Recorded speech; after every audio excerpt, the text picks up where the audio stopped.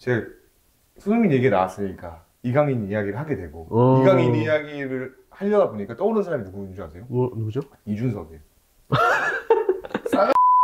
오늘 와주셔서 감사합니다. 아이고 감사합니다. 감사합니다. 네, 저희 조강모음 두 번째 게스트예요. 그래요? 두 번째 게스트고 첫 번째 지금 올라갔는데 올라간 지 일주일 만에 구독자 수 700% 증가. 네, 원래 한 명이었다가 7명 됐어요. 오늘 함께 해주시는 분들 간단히 소개 부탁드리겠습니다. 네, 저는 조평세라고 합니다. 1776 연구소라는 곳에서 대표로 있고요. 네. 맞아요. 사실은 박사님 이 정도 설명하면 다 알아듣으니까. 아니. 또 다 많이 아셔가지고. 네, 우리 또 자랑스러운 형님. 네, 안녕하세요. 저는 김성훈이고요. 국회에서 비서관으로 일하고 있습니다. 네, 저는 구독자 7명을 보유하고 있는. 조강모음 더 될 것 같은데? 지금 7명이에요. 제가 방금 전에 확인하고 왔습니다. 오늘은 나도 한 것 같은데? 네, 7분의 1. 그런 거야? 7분의 1. 7분의 1. 여기 다 있네.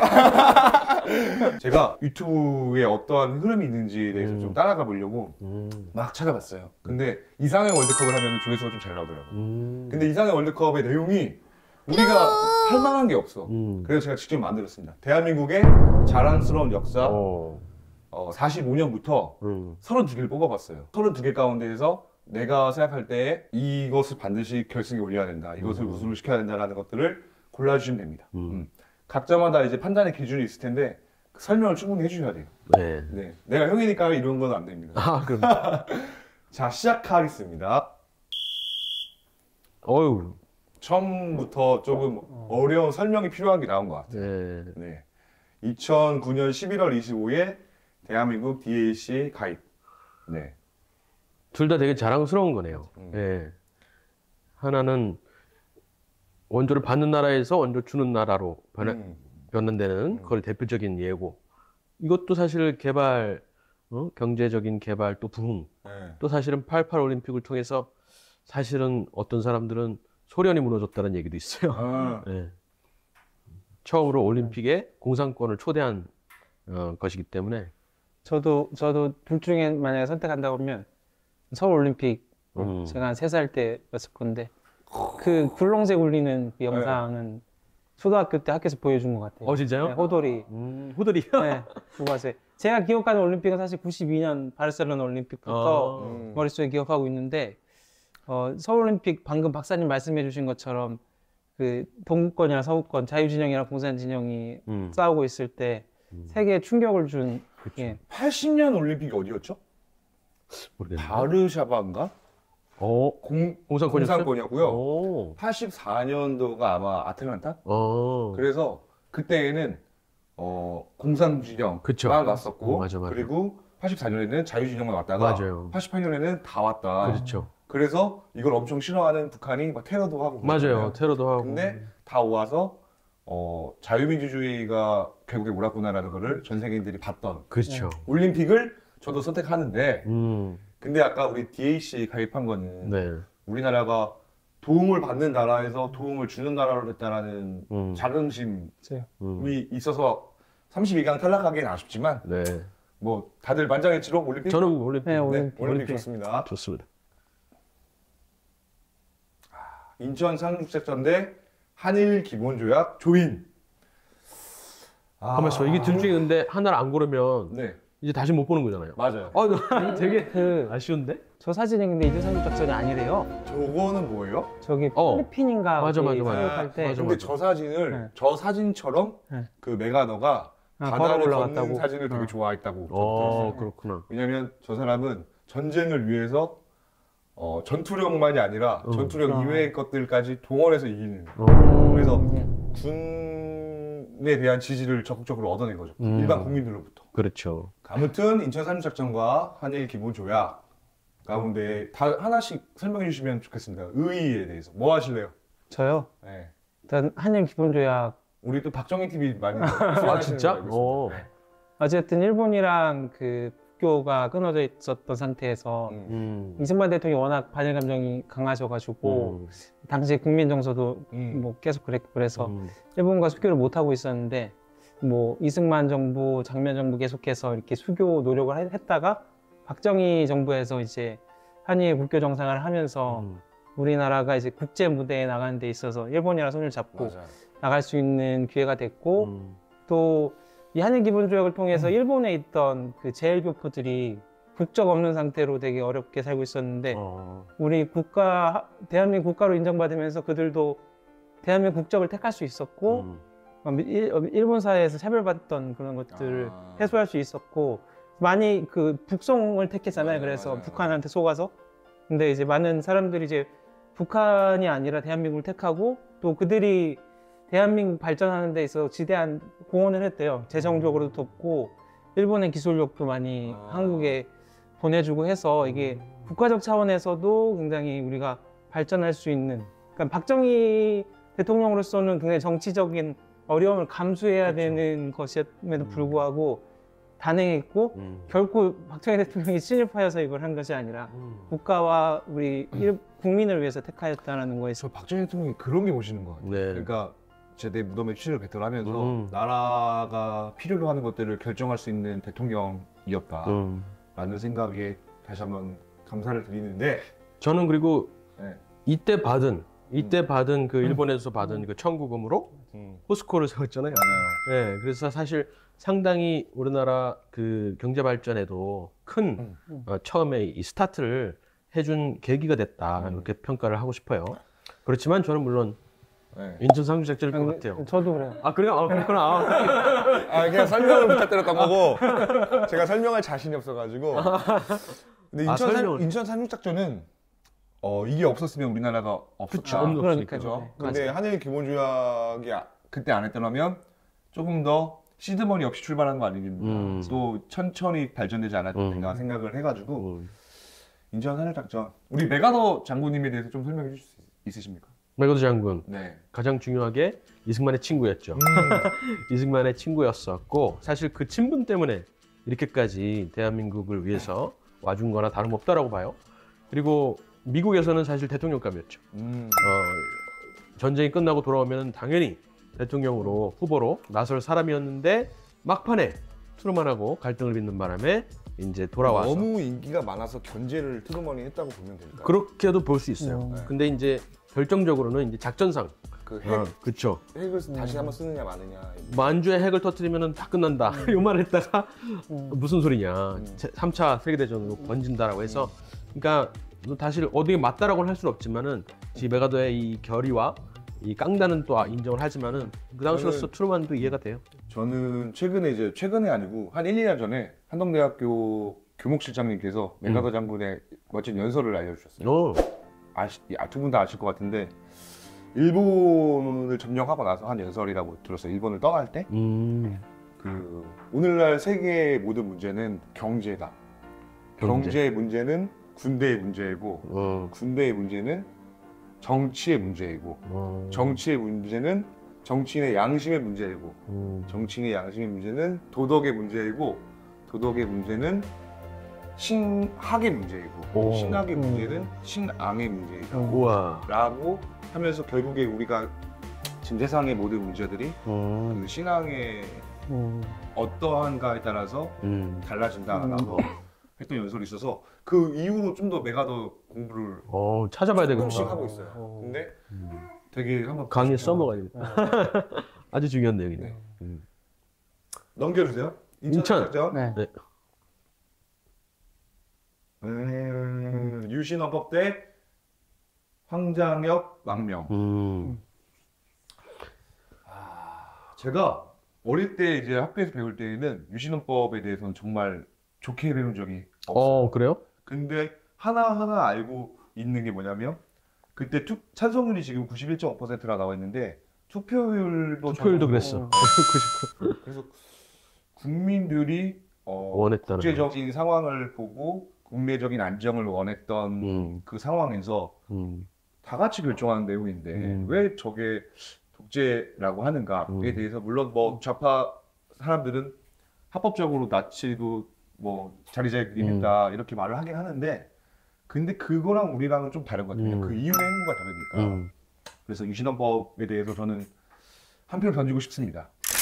저 말해볼래요? 고민이 되긴 하는데요. 일단은 황자의 망명은 어떻게 보면 이제 체제 어떤 승리의 어떤 하나의 뭐랄까 기념비적인 사건이었던 것 같고요. 그 역사적으로는 그래도 유신헌법이 더 좀 우리 역사에서 큰 사건이 아니었나 생각이 들고 뭔가 박정희 대통령의 어쨌든 또 한 번의 목숨을 건 결단이 아니었나라는 생각까지도 단순히 독재를 위한 것이 아니라 그렇죠. 그런 생각이 들어서 저는 어떻게 생각하세요? 저도 사실은 그 당시에 모든 국민들이 원했다는 거, 그것이고, 그 당시에 그걸 보면은, 뉴스를 보면은, 1년에 데모가 1000번이 넘었대요. 아이고. 대규모 시위가. 그러니까 하루에 4-5번씩 여러 곳에서 데모가 일어나고, 또 범죄율이 어마어마하게 껑충 뛰었고, 그렇기 때문에 이 단순히 뭐 독재 이런 거가 아니라 나라의 어떤 안정과 기강, 이런 거를 바로 세웠어야 될 때였다 이런 생각이 들어요. 그리고 저는 이제 황장엽 그 망명도 되게 상징적으로 깊은 의미가 있다라고 보는데, 저는 이제 황장엽과 함께 왔던 김덕홍이라는 사람이 있어요. 네. 이제 그 둘을 놓고 봤을 때 김덕홍도 사실 고위직이었는데 거의 지워졌거든요. 황장엽이 워낙 고위직이라.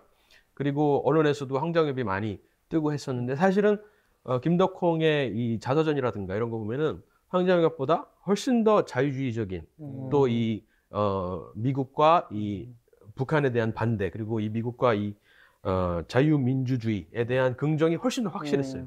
황장엽은 아직 끝까지 약간의 아쉬움, 북한에 대한 약간의 이 연민 이런 것들이 있었고, 그리고 비석에도 그렇게 나오잖아요.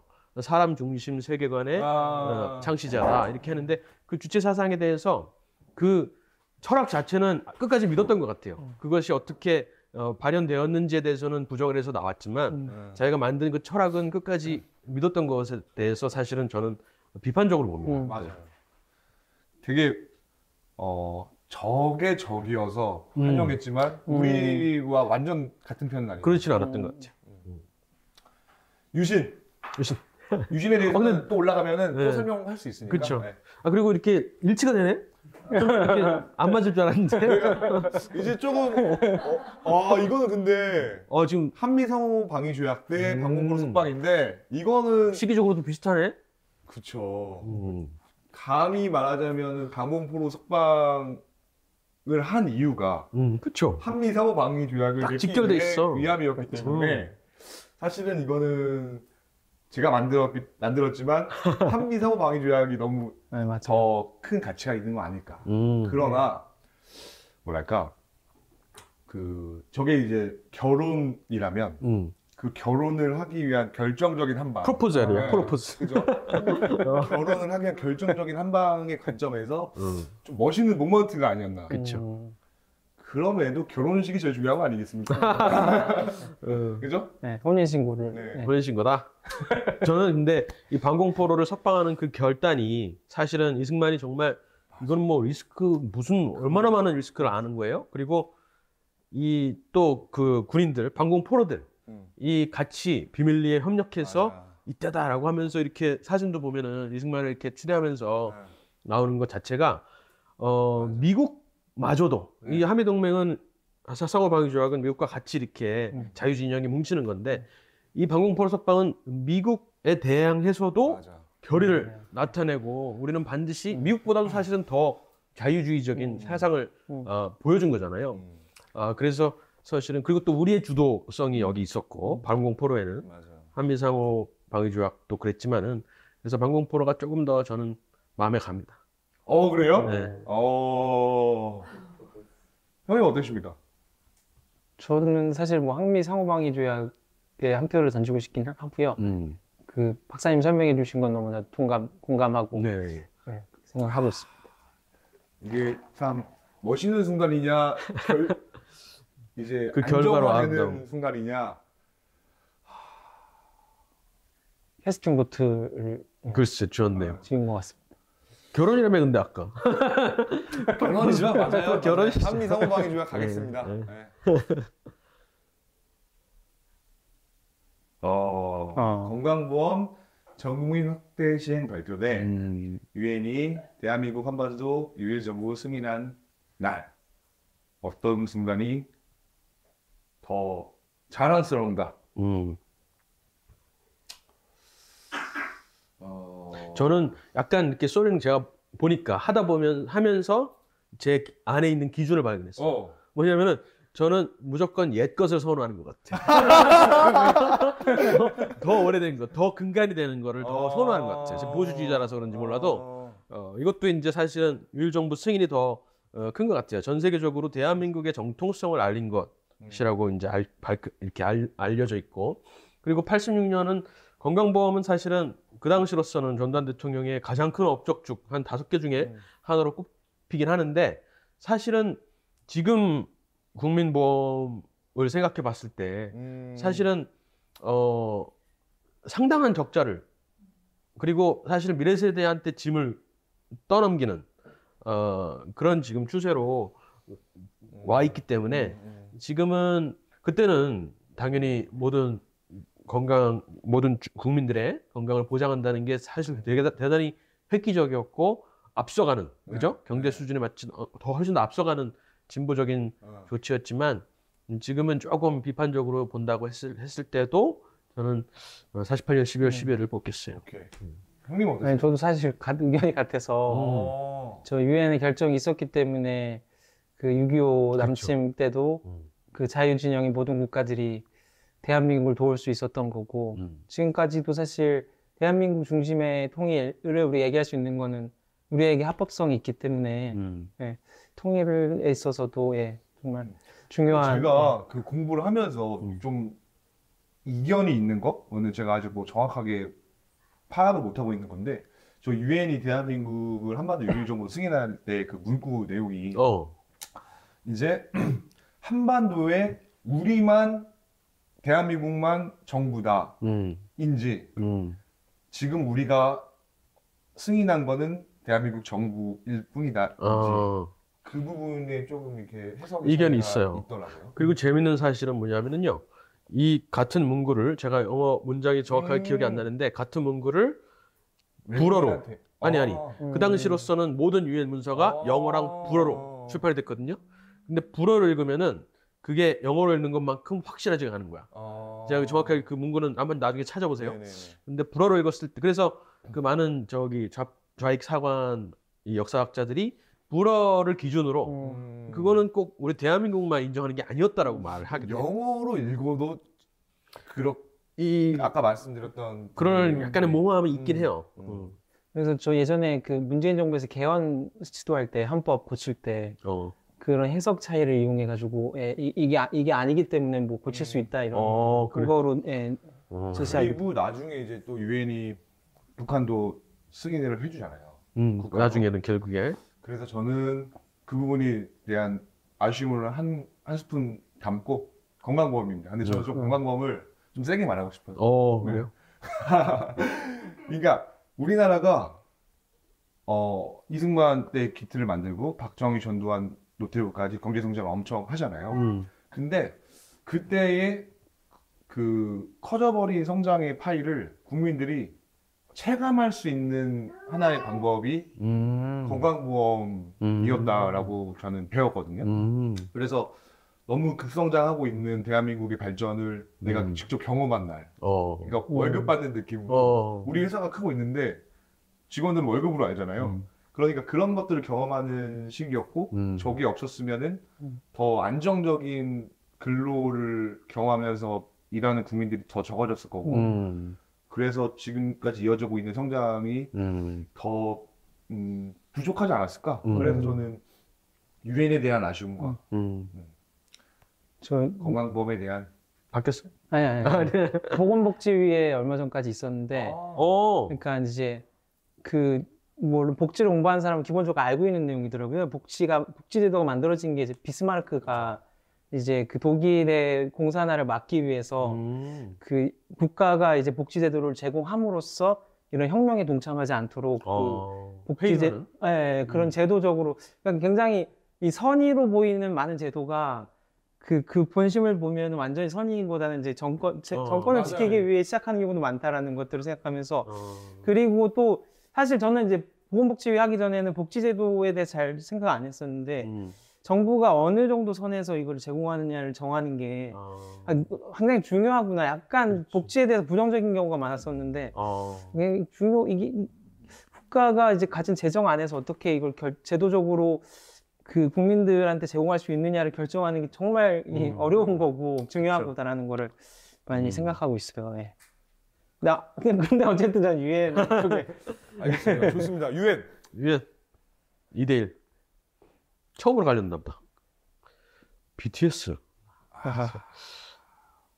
BTS 한국어 노래로 빌보드 차트 1위. 네. 4.19 혁명인데요. 참 이게 잘하면 저는 지금 감히 추측 한번 해볼까요? 잘하면 BTS 올라갈 수 있다. 네, 생각을 해봅니다. 제가 한번 시작해보면 4.19 혁명이 사실은 부정선거에 한거에서 국민들이 일어났기 때문에 감사한 일이고 이승만 대통령 본인도 칭찬을 하지 않았습니까? 우리 국민들께 감사하고 또 외국에서 자기를 걱정해주는 사람에게 아니다, 우리는 자랑스럽게 잘 성장하고 있다라고 오히려 격려했던 순간이기 때문에 자랑스럽긴 한데 제가 이승만 대통령을 너무 좋아하기 때문에 뭐랄까 너무나 큰 성장통이 아니었을까 대한민국 입장에서는. 그래서 성장은 분명히 맞고 자랑스러운 거 맞는데 너무 아팠어. 너무 아파가지고 저는 BTS로 한번 가고 싶습니다. 그렇구나. 어떻게 생각해요? 일단은 고민을 좀 했는데 그 제목을 보고 다시 결정했어요. 자랑스러운 역사라고 그래서 4.19 혁명은 역사적으로 중요한 그 기점이긴 한데 자랑스럽다기보다는 좀 이렇게 안타깝고 마음 아프고 그치. 그랬고 BTS를 이렇게 잘못 말하면 또 안 되는 거예요. 아니 조회수 구독자가 1명이어가지고 지금은 괜찮은. 네, BTS 좋아합니다. 예. BTS 우리나라 가수가 세계에서 저렇게 또 하고 있는 거에 대해서는 자랑스러워할 수 있지 않나 해서 그렇군요. 둘 중에는 전자를. 저는 사실 이제 BTS 뭐 연예 쪽을 너무 안 봐서 뭐 BTS가 누군지도 몰랐고 한 명도 모르고 저 중에 노래를 한 곡도 몰라요. 그래서 근데 이제 뭐 인정해 주니까 세계가 인정해 주니까 그리고 영국의 제 친구들도 뭐 아미라고 그러죠. 다 그래요. 큰 애들이 웃겨 아주. 그래서 뭐 하여간 그 위상은 있나 보다 이렇게 인정하는데 근데 또 4.19가 그래도 물론 이승만 대통령이 너무나 씁쓸하게 물러서긴 했지만은 그래도 이승만 대통령 본인의 교육 혁명으로 인해서 일어난 민심이다. 그래서 다들 그리고 저 당시에 일어났던 사람들이 이승만 대통령에 대한 어떤 목소리보다는 그 부통령에 대한 외침이 더 컸기 때문에 저거를 인정해주고 싶어요. 어차피 못 올라갈 거 아니까. 그래도 우리 다 BTS 했으면 좀 씁쓸했을 것 같아요. 저 근데 BTS 관련된 1억 안 생각. 진짜? 전에 기자 시절에 BTS 관련된 기사를 하나 썼는데 예전에 그 방탄소년단이 있고 혹시 방탄청년단이라고 아세요? 몰라요. 트럼프 방미를 막기 위해서 반미 청년들이 만든 방탄청년단이라는 게 있어요. 진짜? 네, 있어요. 그래서 걔네들이 이제 캐나다 공항 갔다가 입국 거부를 돼서 캐나다 공항에 이렇게 미국에 입국이 안 되고 막 이런 사건들이 있었는데 제가 방탄청년단 기사 아까 그 방탄청년단에 대해서 쓴 기사였는데 실수로 방탄소년단이라고 썼어요. 근데 기사가 송고되고 나자 바로 전화가 쇄도해가지고 죄송하다고 좀 웃기고 방탄청년단이라 빨리 고치고 다음 후속 기사를 이렇게 쓴 적이 있어요. 국익 훼손하는 방탄청년단 국격 높이는 방탄소년단에서 이제 그런 기사를 썼던 기억이 방탄소년단이 BTS죠? 예, 맞습니다. 그 기사 검색하면 나오나요? 나올 거예요. 아직 있을 거예요. 우리 BTS를 사랑하시는 거네요, 그죠? 예, 맞습니다. 네. 그래도 이번에 2대1로 BTS 516 시기가 되게 비슷하게 나온다. 적었습니다. 쿠데타 그리고 월남파병군 창설. 쿠데타죠. 쿠데타가 맞나? 쿠데타 우리나라 말. 쿠데타. 쿠데타가 쿠데타라고 하나? 좀더 세고 아, 진짜? 모르겠습니다. 파명과 쿠데타. 근데 저는 제가 여태까지 고른 것 중에서 가장 쉽지 않나 싶어요. 저 5.16 혁명을 고르겠습니다. 박정희 대통령의 등장은 우리나라 대통령들이 보면 참 영웅적인 활동들을 하고 쓸쓸하게 투쟁하시는 것 같아요. 근데 그 쓸쓸한 투쟁도 의미가 있어. 그러니까 이승만 대통령의 영웅적인 활약, 독립과 건국을 했던 활약들, 대한민국을 중국, 소련, 북한으로부터 지켜냈던 거 다 멋있는데 아까 말씀하셨던 그 일본과의 관계에 있어서 너무나도 정체되어 있던 그 과거를 차마 극복하지 못했던 순간에 이제 박정희라는 사람이 등장했고 박정희라는 사람이 경제를 멋지게 개발하고 있을 때 그리고 국가 주도로 개발을 잘 하다가 이제 막 오일 쇼크 터지고 또 이제 더 이상 국가가 주도해서 할 수 없을 만큼 커져버렸을 때 이제 또 물러나게 되고 그러면서 대한민국은 참 좋은 지도자들을 만나서 잘 배웅해드려야 되는데 그것까지는 못하는 것 같아요. 우리 국민들이 그런 부분들이 있어서 어쨌든 저는 박정희의 시작 5.16 선택하겠습니다. 저는 계속 지금 헷갈리는 게 자랑스러운 거냐 중요한 거냐 중요한 거냐. 헷갈리는데 그 중요한 건 5.16 혁명 맞는 것 같고요. 자랑스럽진 않으세요? 아 자랑스럽기도 한데 이렇게 좀 이렇게 그 방법에 있어서 우리 역사가 이게 뭐랄까 어쨌든 불국진 역사다 보니까 그런 생각을 하면은 아픈 마음도 들어가지고 자랑스러운 마음만 있는 것이 아니라 근데 월남 파병 어쨌든 우리가 이제 한미 동맹에 있어서 네. 미국의 편에서 이제 뭐 가장 적극적으로 도왔던 그 사례가 아닌가 싶기도 하고 예전에 그리고 교회 목사님이 이제 45년생이셨는데 아마 호족상으로 45년생이고 한 42년생, 43년생이실 것 같은데 이 파병 얘기를 많이 하셨어요. 경부고속도로를 달릴 때마다 눈물을 흘린다고. 우리 동료들의 피값으로 이제 세워진 도로라서. 그래서 참 그거 자랑스럽기도 하고 또 근데 저 생각해 또 어쨌든 마음도 아프네요. 이렇게. 그래서 그렇죠. 둘 중에 고르라면 어쨌든 5.16 혁명을 근데. 아 진짜요? 네. 저도 이제 되게 공감이 돼요. 저는 이제 그 너무나 위대한 우리나라의 대통령이 딱 결기를 가지고 나선 그거를 기념하고 또 자랑스럽고 한데 월남 파병도 사실은 국민들이 거기에 공감하고 굉장히 많이 참여를 했잖아요. 네네. 그 영화 뭐죠? 그 국제시장 영화에 보면 이렇게 막 사람들이 경쟁률이 엄청나게 높았잖아요. 그런 식으로 나라를 위해서 헌신하겠다. 그리고 거기에는 또 그 한국 전쟁 때 도와줬던 미국에 대한 어떤 보답 그런 것도 있고 또 이 공산화, 베트남의 공산화를 막기 위한 그런 것도 해서 국민들의 어떤 열의가 더해졌기 때문에 어떤 박정희 위대한 지도자 혼자만의 어떤 그런 결기가 아니라 이게 모아졌던 어떤 열기였기 때문에 이게 더 자랑스럽다라고 생각이 들어요. 의외죠? 이제 의외이긴 한데 나는 당연히 의미가 있는 거고 형님 결정하신 겁니까? 5.16 혁명. 5.16 가겠습니다. 이거 쉽다 이거. 감사하다. 감사하다. 포항제철 기공식. 저건 사실 기공식 사진은 아니에요. 기공식 사진은 아니고 그 이후로 한 3년 정도 뒤에 사진이거든요. 기공식 첫 삽드는 거니까 저건 좀 다 다져놓은 상황인 것 같고요. 그리고 반기문 유엔 사무총장 취임. 저 반기문 실제로 3번 봤습니다. 제 졸업식 때 오셨고요. 그리고 KTX에서 2번 봤습니다. 진짜? 인사했어요 매번? 인사 못했습니다. 인사 못했는데 반기문 사무총장을 되게 좋아했던 순간은 고등학생 때까지인 것 같아요. 그때는 유엔이 세계 정부인데 그 세계의 그 대통령이 우리나라 사람이래 라고 인식했어요. 고등학교 때까지는. 근데 이제 어떠한 과정을 통해서 유엔 사무총장이 선출되는지 그리고 어떤 정도의 영향력이 있는지에 대해서 조금 더 알다 보니까 많이 아쉬웠고 플러스 그 탄핵 정국 때 이분이 잠깐 등장했다가 사라지는 모습을 보면서 이건 제 편견인데 이분 때문인지 덕분인지 외교관 전체에 대한 제 인식의 편향이 생겼습니다. 그렇구나. 그래서 저는 포항제철, 제가 또 포항에서 공부를 했거든요. 그래서 포항제철 뷰에서 많이 친구들과 놀았습니다. 저도 사실 이 2007년에 영국에 있었어요. 그리고 제가 또 전쟁학을 공부했잖아요. 네. 그러니까 제 동료들, 친구들 전부 다 이거에 대해서 한마디는 다 들었어요.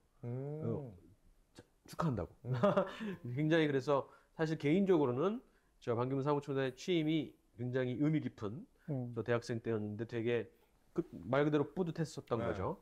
근데 그때도 사실은 어느 정도는 알았던 것 같아요. 그게 그냥 관료, 세계 대통령이라고 우리나라에서는 막 말했는데 관료 중에 관료고 가장 비효율적인 집단의 관료의 수장으로 이렇게 비판적으로 봤기 때문에 물론 이렇게 다들 축하해 주니까 뭐 좋긴 했지만은 그렇게 막 제 개인적으로는 의미 부여를 두진 않았어요. 대신에 포항제철은 뭐 너무나 자랑스러운 아까 항일청구권 나왔죠. 네.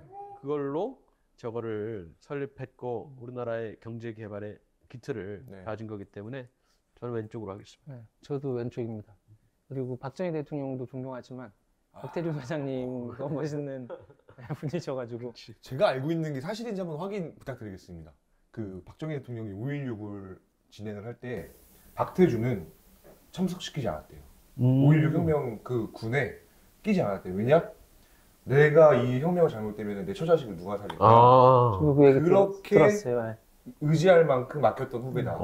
맞는 거예요? 네, 들었어요 그렇게. 그럼 자녀들의 대부나 마찬가지입니다. 네. 그렇게 여겼던 그렇구나. 작은 아버지고. 그러네. 포항제철. 안 되는데. 한일 월드컵 4강 그리고 농지개혁법. 솔직히 제가 저때 12살이니까 5학년이었거든요. 월드컵 때? 네. 근데 5학년인데 저 아마 애국심을 저때 배운 것 같아요. 그래요? 대한민국을 응원하는 우리 국민들이 이렇게 많구나. 대한민국이 이렇게 자랑스러운 거구나. 그리고 그때 처음 축구를 봤던 것 같아요. 근데 우리 다 이겨. 그래서 우리나라 사람들 다 잘하는구나. 그래서 제가 생각할 때에는 이건 좀 과잉 해석입니다. 전교조가 대한민국을 부정한 나라, 나쁜 나라, 도덕적이지 못한 나라라고 가르칠 때 우리 태극 전사들이 아니야 대한민국 자랑스러운 나라를 가르쳐줬다. 비교과서적으로 생각하고요. 그리고 그때 막 우리 삼성 핸드폰이 노키아를 제친다고 하고 점점 막 승승장구하고 있으니까 학교에서 전교 선생님들이 가르쳐주는 내용과 우리가 직접 경험하고 보는 것의 괴리가 지금 2030 남자들을 지켜낸 게 아닐까. 그래서 가장 보수화된, 전 세계에서 가장 보수화된 청년이 지금 대한민국에 살고 있잖아요. 그런 이유가 중에 하나가 4강이 아닐까라고 생각해서 농지개혁법 안 본 걸로 하고 저는 의외네. 어떻게 생각해요? 저는 그 한일 월드컵이 실제로 아까 반기문 사무총장 취임도 그렇지만은 이때 영국에 있었고 런던에 있었고 대학교 가기 전이에요. 저한테는 고3이죠. 네. 그래서 이 한일 월드컵이 없었다면은 저는 캠브리지 갔을 거예요. 응원하느라고 한 점수 깎여가지고 런던 데려갔는데 어쨌든 되게 저한테는 의미 깊은 날이었고 이 대한민국을 런던 시내에서 외친다는 게 가능한다는 걸 그때 실감을 했고요. 대단한 일이었죠. 그렇지만은 농지개혁법을 어떻게 이겨? 아니 건국전쟁 다 봤잖아요. 봤죠. 4번 보셨다고. 4번, 5번. 5번, 저 2번. 농지개혁법이 사실은 그때 그 영화에서도 어떻게 표현하죠? 박정희가 탄 철도를 깔아줬다, 그죠? 박정희가 그 탄 철도를 깔아준 거다. 레일이었다. 그래서 농지개혁법은 그리고 또 사실은 한국 전쟁 때 국민들을 단합시킨 한국전쟁이 일어났을 때 바로 딱 1년 전이네. 한국전쟁 발발 1년 전. 그래서 응시개혁법을 뺄 수는 없을 것 같아요. 저한테. 저도 박사님 말씀에 응시개혁이 있어서 오늘날 대한민국이 있다라는 생각이 이거 알겠는데 제가 이게 있잖아요. 32강에서 떨어지네. 아직 기회 주세요. 그러니까 농지개혁법이 없었다고 가정을 해보자고요 한번. 그러면 1년 뒤에 전쟁이 일어나요. 그러면 국민들이 내 땅을 지키기 위해 싸우지 않고 넘어갔을 가능성이 있겠네요. 농지개혁법 이대로 가겠습니다. 칼날은 다 없어지는 것 같아. 흑백만 남은. 정부 수립? 대한민국 정부 수립. 이걸 제가 사실은 넣을까 말까 고민을 많이 했어요. 정부 수립을? 이거 넣으면 그럼 저게 1등이지 않을까? 독보적이니까, 그죠? 네. 그래서 너무 반칙 아닐까? 뺄까 하다가 저희가 보여주고 싶었어요. 뭘 보여주고 싶었냐면은 이게 저희 청년들이 많이 이용하는 사이트래요. 그래요? 이 이상형 월드컵 사이트. 근데 여기서 대한민국 정부 수립을 우승시키는 사람들이 많은 거를 보여주고 싶은 마음 때문에 넣었어요. 그래서 저는 대한민국 정부 수립이고요. 그 12.12 사태는 별명이 많아요. 12.12 사태, 12.12 군사반란, 12.12 혁명, 12.12 뭐 그죠? 근데 다행인 것 같기도 하고 이 구도가. 이번에 서울의 봄 때문에 아마 저게 더 요즘 사람들한테도 인식이 많이 됐을 것 같아요. 네, 그렇죠. 저는 전두환 대통령이 이 12.12를 준비하는 그 치밀함을 공부하면서 참 이 역사적 사건에 대한 평가는 여러 개겠지만 참 대단하고 또 어떻게 보면 무서운 사람이었다라는 생각하면서 그 능력면에서 그런 이제 치밀함과 결단력이 또 당시 대한민국의 발전에 또한 중요한 역할을 하지 않았을까라는 생각을 해보게 됩니다. 12.12 관련해서 제가 펜앤드 마이크에서 그 화업형 박사님 모시고 하는 걸 많이 들었어요. 근데 12.12 군사 반란으로 저도 배웠으니까 전두환 대통령의 그 집권 이후의 업적은 인정하더라도 집권에 있어서의 과오는 또 인정하면서 살아왔는데 그게 사실은 정승화 총장과 그의 측근들이 박정희 시해에 관련이 있고 그 이후에 또 군을 장악해서 최규환이라는 사람을 허수아비로 세워놓고 자기들이 사실은 그 무신 정권을 하려고 했던 것이 아닐까라는 얘기를 듣고 또 나름 설득력이 있더라고요. 그래서 이거는 군사 반란을 제압한 군사 행동이었다라고 점점 많은 국민들이 인식하고 있는 것 같거든요. 그렇죠. 이번에 서울의 봄이 나오면서 완전히 뭐 그 하나회가 완전히 그 나쁜 집단으로서 이렇게 묘사가 되잖아요. 근데 그렇게 이제 이 허구적인 그런 것들이 덧입혀지다 보니까 여기에 대한 반발하는 논리들이 많이 나왔어요. 근데 그게 꽤 설득력이 있고 수사, 박정희 대통령 그 시세에 대한 수사를 가는 과정에서 여러 이 악한 분자들을 제압하는 결과였다. 제압한 결과였다. 이렇게 또 이해가 되더라고요. 그래서 앞으로 공부해야 되고 또 연구해야 되고 또 밝혀져야 될 내용들이 많긴 한데 12.12 사태도 부정적으로 볼 게 아니라는 거를 우리가 알아야 될 것 같아요. 그리고 마지막으로 그 유신에 대해서 제가 긍정하는 이유 중에 하나가 전두환이 등장할 때까지 시간이 있었어야 돼요. 그러니까 이게 역사를 주관하시는 분이 그런 모든 것들을 통해 가지고 대한민국을 이끌어왔던 거를 감사하고요. 전두환 대통령에 대해서 짧게 하나지만 더 말하자면은 박정희 대통령 때 경제 성장률이 되게 높았잖아요. 근데 전두환 노태우까지 가야 기네스북에 올라가는 그 경제 성장이 완성되는 거예요. 박정희 때까지만 해도 우리가 제1의 경제 성장률이 아니라 일본이었대요. 일본이 이제 전후에 빠르게 성장하면서 그렇죠. 일본이었는데 전두환, 노태우까지 되어야 이제 일본보다 더 성장률이 높은 나라가 된다고 해서 감사합니다, 우리 전두환 대통령. 그렇지만 수립이죠? 정부 네, 수립. 그렇죠. 그렇죠. 총선과 평화선. 둘 다 우리 이승만 대통령이 그쵸. 기여한 사건이네요. 이승만 대통령이 뭘 더 좋아했을까를 생각해보면 될 것 같아요. 이번에는 제가 그 관점을 가겠습니다. 이승만 대통령은 이승만 대통령 관점으로 가니까 좀 평화선이에요. 그래요? 네, 이유를 설명해 드릴까요? 이승만 대통령은 5월 10일 대한민국의 최초의 총선거 마냥 기뻐하지 않으셨습니다. 이건 좀 내피셜이에요.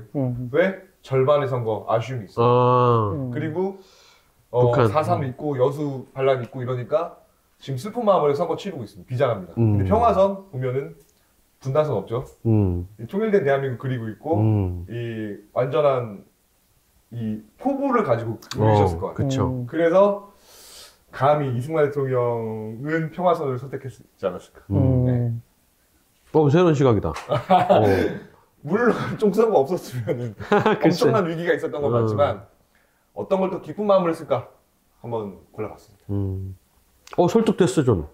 처음 이거 딱 봤을 때 50이라고 생각했는데 평화선이 국제적인 일종의 행동이었고 우리의 어떤 주권이라 그러죠. 주권을 딱 만방에 알린 사건이라고 했을 때 평화선도 우리가 굉장히 크구나 이런 생각이 들었고 지금 또 지도를 보니까 이 분단선이 없다라는 결의 북진 통일하겠다라는 52년이면 한창 막 싸우고 있을 텐데 이미 벌써 38선을 지워버리고 저렇게 구상을 하셨다는 게 제가 이해했던 것보다 훨씬 더 큰 의미를 가지고 있겠구나라고 생각이 드네요. 와 기쁘다. 그리고 또 50도 물론 중요하지만 그 결과로 뭐 5월 31일이나 또 결과적으로 8.15가 있었으니까 8.15를 또 아까 방금 했으니까 평화선도 한 손 들어주고 싶네요.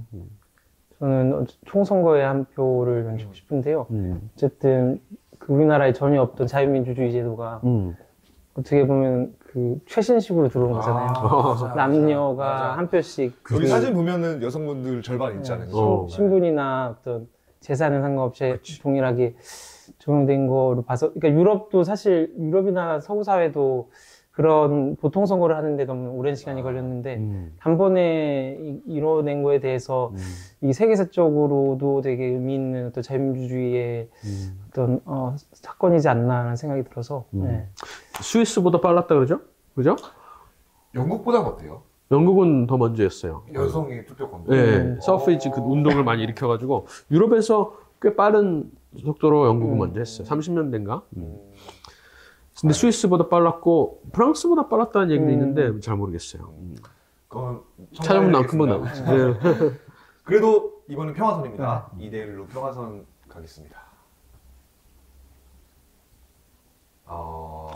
재헌헌법 나오네. 재헌헌법과 경부고속도로. 이게 저는 일단 저도 정했어요. 정했어. 정했습니까? 네. 한번 얘기해 볼까요? 네, 하나, 둘, 셋. 재헌헌법. 경부? 네. 오, 달라. 제가 왠지 설명해 보니까. 해봐. 그러니까 재헌헌법 공포 같은 경우에는 우리나라뿐만 아니라 모든 나라들이 국가를 건국할 때 필수적인 절차예요. 그래서 우리나라만이 가지고 있는 어떤 독특한 그 자랑스러운 순간이라기보다는 모든 나라가 다 자랑스러워할 만한 순간이다. 그리고 5월 31일 그리고 8.15 사이에 당연히 이제 중요한 날이지만 뭐랄까 너무나 예상된 요즘 프로포즈 같은 느낌? 결혼 허락을 해줄 걸 알면서 하는 프로포즈 같은 느낌이어서 저는 그 경부고속도로 전 구간 개통을 선택했습니다. 그렇구나. 설득력이 좀 있네요. 어떻게 된 게. 근데 넘어갔습니까? 안 넘어갔어요? 넘어가진 않았죠. 국가의 시작이라는 점에서 네. 재헌헌법. 그리고 이제 저는 약간의 요즘 이 재헌절이 또 경률에서 빠지기도 했고 국경일이 5개잖아요. 빠졌으면 저 취소하겠습니다. 그래서 노무현 때 공휴일에서 뺐어요. 제헌절은 휴일이 아니야. 근데 그 국경일 5개 중에 근대 대한민국을 상징하는 거는 2개밖에 없어요. 제천절, 뭐 한글날 이런 거잖아요. 근데 근대 대한민국 상징하는 거 그 제헌절하고 3.1절인가요? 3.1절일 거예요. 그렇기 때문에 사실은 제헌절이 너무나 중요한데 제헌절이 공휴일에서 뺐다는 것도 궤심하고 제헌절을 그러네요. 다시 그래서 공휴일로 혁상시켜야 된다. 그래서 만약에 휴일이 너무 많아서 그런 거면 제천절을 빼라. 제천절 이런 주장을 하고 있기 때문에 제헌절. 네, 제헌절. 아, 저 뺀지 몰랐습니다. 저 같은 사람 때문에 빠진 것 같아요. 죄송합니다. 네. 북진! 어, 비슷하다 근데 북한. 국군이 38선을 돌파한 날 1950년 10월 1일 이게 국군의 날. 국군의 날이죠. 그리고 99년도에 생겼네요. 하나원이 개소됐습니다. 어떤 게 더 자랑스러운 순간인지 저는 마음이 정하긴 했는데 한 명씩 말할까요? 같이 말할까요? 이번에는 박사님부터? 아직 못 정하셨어요? 저겠어요. 박사님부터. 듣고 싶습니다. 저는 북진이에요. 오. 북진. 일단 국군의 날을 하게 된 것도 이제 군대가 군 통수권자인 이승만의 말을 들은 거 아니에요. 위원은 맞아. 막았는데 위원은 하지 말아라, 뭐 눈치 봐야 된다 했는데 그때 처음으로 국군 통수권자의 말을 따르고 딱 돌파를 한 거잖아요. 그러니까 뒤늦게 막 위원도 어쩔 수 없이 따라오는 그런 거였기 때문에 우리나라의 주권을 48년에 확립한 우리나라의 주권을 전쟁 중인데도 불구하고 사령관은 미국인데도 불구하고 우리나라의 주권을 지켰다. 북한 동포를 해방시켜야 되겠다는 그거를 확실하게 드러난 것이다 라고 생각을 해서 북진을 선택했습니다. 저부터 할게요. 저는 하나원이거든요. 진짜. 저는 사실 하나원 개소가 정말 대한민국의 자랑스러운 역사라고 생각해요. 이승만 대통령이 북한 동포여 우리가 언젠가는 구출할 테니까 안심하고 희망을 버리지 말라라고 말씀하신 것들을 많은 시간이 지났지만 99년에 저게 한 행동 중에 하나가 아닐까 생각을 해가지고 하나원이 있음으로 인해서 거기서 많은 북한에 대한 정보를 지금 국정원이 취득하고 있고 그리고 저기에서의 좋은 경험들이 저한테 들려주는 탈북민들이 되게 많아요. 제 친구 아버지도 저기서 근무하셨던 분이 있고 그래서 되게 감사한 곳인 것 같고요. 국군 38선 돌파를 비하자는 건 아닌데 저게 다시 후퇴를 합니다. 그죠? 그래서 뭐랄까 언젠가는 저는 국군의 날이 바뀔 거라고 생각해요. 언젠가는. 왜냐 통일하는 날 그날로? 그때가 된다면 그때도 뭐 크고 작은 어떤 군사적인 마찰 최소한 따지면 마찰 정도가 있을 텐데 그때 더 의미 있고 멋있는 일이 있으면은 더 자랑스러운 날로 바뀌었으면 좋겠다라는 바람을 한 스푼 넣어서 하나원. 근데 저는 국군 38선 돌파인데요. 그 용산 전쟁기념관에도 이렇게 잘 써져 있잖아요. 그 방금 박사님 말씀해주신 내가 이 나라의 국군 통수권자, 그치. 나의 명령을 따라 북진하라 해서 그런 명령을 내릴 수 있는 지도자가 몇이나 있을까 이렇게 생각을 하면서 좀 위대한 지도자였다. 북진하라. 네, 알겠습니다. 국군 38선 돌파.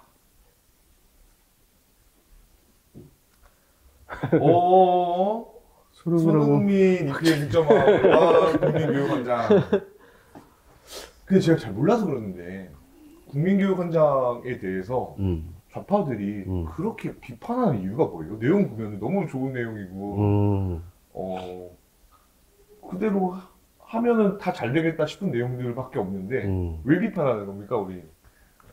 일단 박정희 대통령이 한 거니까 다 싫은 것 같고 뭔가 이 당시 그들이 생각하는 독재 정부가 국민들을 세뇌시키려고 뭐 한 게 아니냐 뭐 이렇게 그런 관점에서만 보기 때문에 내용을 잘 생각 안 하지 않을까. 내용을 모르고 내용을 읽어도 약간 부정적으로만 좀 이해할 것 같고. 읽힐 수 있는 내용이 없는데. 이게 근데 보수주의자들도 보수주의자들 뭐 어떻게 보면 자유주의자들이죠. 우파 안에 보수 우파 안에 있는 자유주의자들도 이 국민교육헌장에 대해서 비판적으로 봐요. 왜냐하면은 사실은 자유주의자들을 조금 더 그 논리를 끝까지 따라가다 보면은 이 아나키즘에 가깝거든요. 그러니까 국가 주도의 모든 거를 다 부정하거나 되게 못마땅해 하는 거거든요. 그래서 그 당시로서는 어쩔 수 없이 경제개발도 마찬가지지만은 국민교육헌장도 어떤 국민들의 어떤 단합심과 새마을운동도 비슷한 거죠. 다.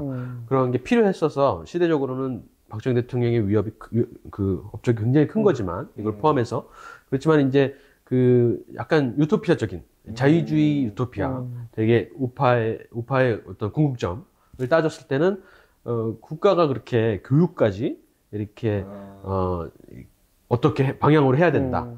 또 특히 애국심을 고취하기 위해서 하는 것에 대해서는 비판적으로 보기도 하죠. 왜냐하면 정부가 박정희 대통령이었으니 망정이지 다른 정부였다라면 맞아. 그런 건 그렇게 있겠다. 따라갈 건 아니거든요. 그러니까 우리는 정말 럭키해서 너무나 행운스럽게 박정희 대통령을 위대한 지도자로 딱 시기적절하게 맞은 거지만 예를 들어서 이런 똑같은 주도성, 국가 주도성을 아프리카의 많은 나라들이 시도했잖아요. 근데 결국 나라를 다 망가뜨려 놨기 때문에 약간은 비판적으로 볼 여지가 저는 있다. 진짜 감사해요, 박사님 이 말씀해 주셔서. 아, 그래? 왜냐면 손흥민 고를 수 있는 명분을 주신 거예요. 아, 그렇구나. 네. 저 손흥민이거든요. 아, 진짜요? 네. 전 손흥민은 아니야. 그래도 나는 이제 옛것을 항상 등시하는 그게 또 원칙이 발동해서 사실 축구를 안 봐서 그런 것도 있는데. 그러니까 이 축구를 저 보시기를 꺼내고 그 손흥민 최근에 또 우리 이강인이랑 싸워가지고 이강인이 어떻게 선배한테 그렇게 하는가의 문제도 있고 제가 손흥민 얘기 나왔으니까 이강인 이야기를 하게 되고 이강인 이야기를 하려다 보니까 떠오르는 사람이 누구인 줄 아세요? 누구죠? 이준석이에요. 싸가지가 없어. 요새 많이 이렇게 매칭해서 얘기하더라고요. 아, 진짜 진짜요? 벌써? 저 그거 못 봤거든요. 축구계 이준석 아니에요? 아, 진짜? 역시 우리 2030 청년들이 희망이 있다니까요. 아니 이강인이 그렇구나. 그렇게 선배한테 싸가지 없게 하는 거 이준석이랑 똑같아요. 그런 사람들은 자기가 하고 있는 일에 발을 못 붙이게 해야 돼. 이강인 저 개인적으로 퇴출? 국가대표 퇴출 정도는 최소한 해야 되잖아요. 한 5년 징계를 해야 돼. 네. 어떻게 생각해? 이 건에 대해서 하면 둘 다. 일단은 저도 손흥민의 손을 한번 아, 진짜? 들어주고 싶고, 자랑스럽다는 측면에서 그치. 손흥민의 손을 들고 싶고, 네, 그리고 국가대표 퇴출까지는 잘 모르겠는데 아무튼 좀 응분에 뭔가 그게 있어야 될 것 같긴 한데. 사감이면 더 센 걸 하고 싶어요. 그러니까 재능이 또 아까운 것 같기도 해서. 왜냐면 저 이렇게 생각했어요. 그 손흥민이 잘해서가 아니라 이강인이 훨씬 더 잘했더라고 하더라도 그리고 또 손흥민보다 훨씬 못하는 선배였다 하더라도 선배를 때리는 거는 이게 할 짓인가 싶고 만약에 이등병이 병장 때린 것 같은 느낌을 저는 맞아요. 근데 이게 어떤 사람들은 그 해외물을 많이 먹어서 어렸을 때부터 스페인 그 스타일이라서 그렇다 그러는데 스페인에서도 안 그래요. 그리고 그 리그에서도 이강인이 잘못했다라고 징계를 지금 고유하고 진짜요? 있거든요. 그러니까 이게 그 선배 후배를 떠나서 팀장, 맞아. 캡틴한테 그랬다라는 거를 굉장히 크게 쳐요. 예, 그렇기 때문에 이강인이 확실히 잘못한 거는 맞는 것 같아요. 근데 내가 축구를 워낙 내 레이더 망에 벗어난 거라서 그 공감을 안 할 수도 있는데 저는 국민교육헌장에 한 표를 올립니다. 손흥민 골라주시면 됩니다. 아니, 손흥민. 손흥민? 감사합니다. 박정희 대통령 죄송합니다. 7400 선배라고 이거는 뭐. 이건 너무 쉬운 근데 거 되게 같아. 대립적이다. 어떻게 이렇게 나왔지? 그렇네요. 그죠? 그렇네요. 왜 대립적인지에 대해서 좀 설명 부탁드려도 되겠어요? 그러니까 많은 일반적으로 생각하기에는 정업발을 통해서 분단을 초래했다. 분단의 원흉이라고 말하는 게 정업발언 때문이잖아요. 네. 물론 그게 사실이 아니지만. 근데 남북공동성명은 처음으로, 그죠? 분단 이후 처음으로 두 체제가 만나서 어느 정도의 합의점을 찾았다는 거잖아요. 네. 그러니까는 특히 좌익 사관 학자들이 봤을 때는 당연히 남북공동성명에 굉장히 무게를 실어주겠네요. 박정희 거의 유일하게 잘했다라고 말하잖아요. 그 정도야? 네. 그렇구나. 그렇지만 저는 물론 정업 발언을 재해석해야 될 필요도 있고, 그리고 그 당시에 정업 발언이 아니었으면 그냥 소련 마음대로 우리나라 전체 한반도에 소련이 세운 인민정부가 세워지는 거기 때문에 위원회들이 그렇기 때문에 미국도 사실은 손 놓고 있었잖아요. 미소공동의에만 그 목을 메고 있었고 그래서 미소공동의가 실패됐을 때 저 정업 발언을 통해서 대한민국의 정부를 수립해야 된다는 명분을 심어줬다. 미국한테도. 그래서 반드시 필요했던 발언이었다라고 저는 생각을 해요.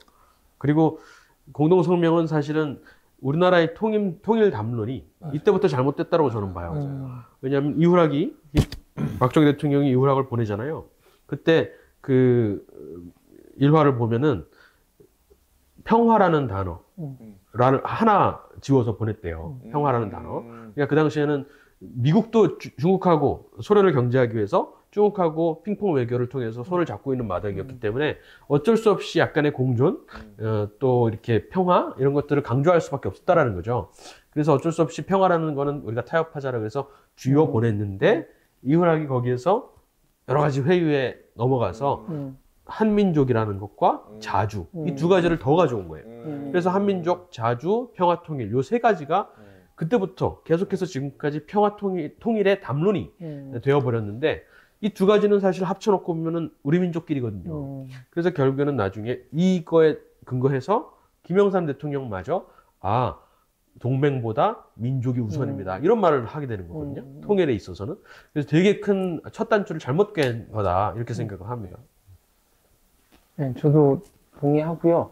그렇게 설명하신 분이 있더라고요. 그 기존에는 한반도 통일 정책이 현상 타파로 나가는 거였는데 저거 기점을 현상 유지 정책, 그러니까 분단을 어떻게 보면 상정하고 인정하는. 네, 그 각자의 정권을 좀 안정시키기 위한 방향으로 좀 계속 가서 또 이제 박근혜 대통령을 좋아하시는 분들이 그렇게 설명하더라고요. 다시 현상 타파 정책을 갖고 왔던 게 뭐 박근혜 정부 아니었냐. 이렇게 국군의 날 발언. 자유의 세계로 오세요라고 발언하셨던 게 그런 역사적 선언이 아니었냐라고 설명하는데 박사님 설명하신 거에 저도 이제 동의를 하고요. 저도 정읍 발언에 한 표를. 저도 정읍 발언인데요. 저도 짧게만 말하자면 박정희 대통령 때 통일 정책으로 선택했던 게 승공 정책으로 바뀌었잖아요. 그게 물론 상황을 이해 못하는 건 아닌데 승공을 완벽하게 이기려고 하다 보면 너무나 시간이 딜레이 된다. 그러니까 제가 배운 개념 중에 하나가 그 손자문법에서 졸속이라는 개념이 나오거든요. 우리가 알고 있는 졸속은 졸속 행정 졸속 해가지고 다 안 좋게 나오잖아요. 대충대충 하는 것처럼. 근데 손자문법에 나오는 졸속이라는 개념은 준비가 덜 된 상태이더라도 지금 하는 게 나중에 준비돼서 하는 것보다 더 적은 피해로 큰 성과를 얻을 수 있다는 말로서 처음 쓰여요.